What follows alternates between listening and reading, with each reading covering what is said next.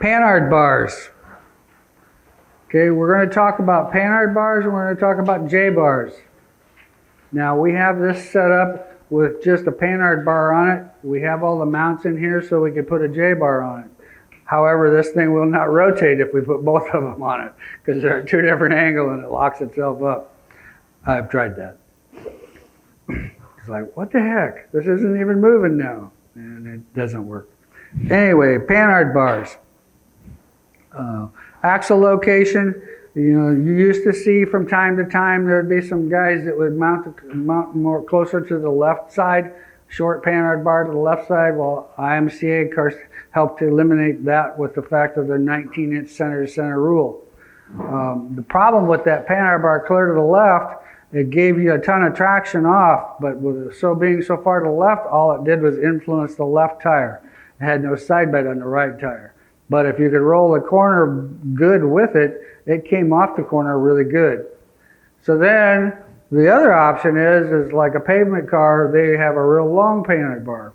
We've got a long Panhard bar here, 23 inches is what the IMCA rule is. I run the Panhard bar as short as I could. What we like about the fact is if we could run this mount here and we could move this out further here, we are basically in line with where the J-bar mounts. And if you look at the way the J-bar mounts, it's almost in the center of the two tires.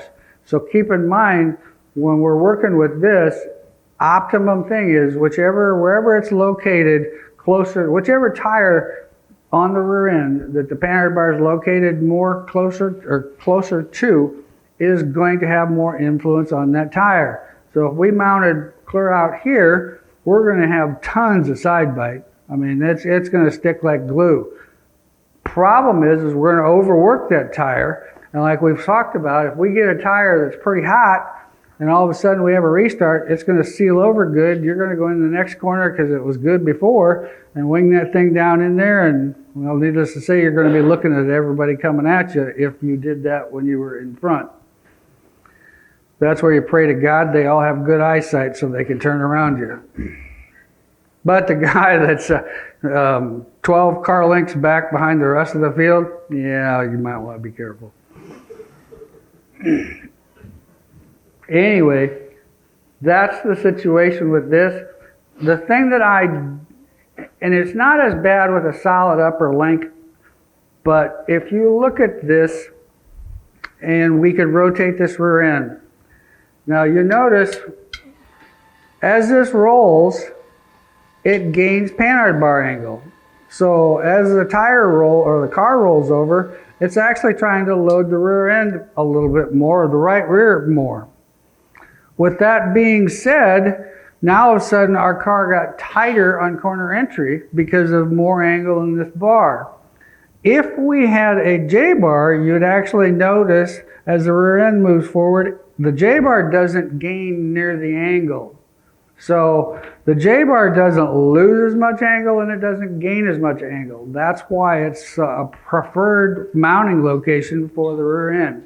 Like I said, people have tried all kinds of different things over the years and we still end up, even on the late models, they still end up running the same type of a deal, which is a J bar. And it's just because with a movable link here, as the rear end wraps up, the pinion comes up.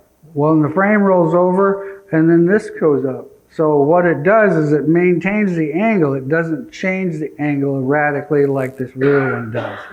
That's the downside to that.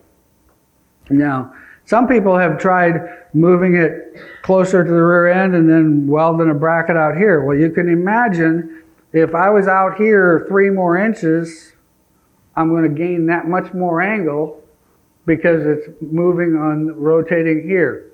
So once again, it's a trade-off on where we think it should be, and the location that it's at seems to be pretty good.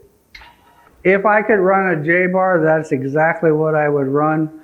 It's located closer in the center, so it affects both tires pretty much more the same. It's the most popular because of that. It's the best on rough racetracks with a bar clear out here on the rear end. When you're real close to one tire, rough racetrack's going to be a handful. So the J bars would be my preference. My next best thing would be behind the housing, if that's the rule that everybody's got to run under. But I'd like to get it as close as I could to the center of the rear end, but still maintain that 23-inch legal rule.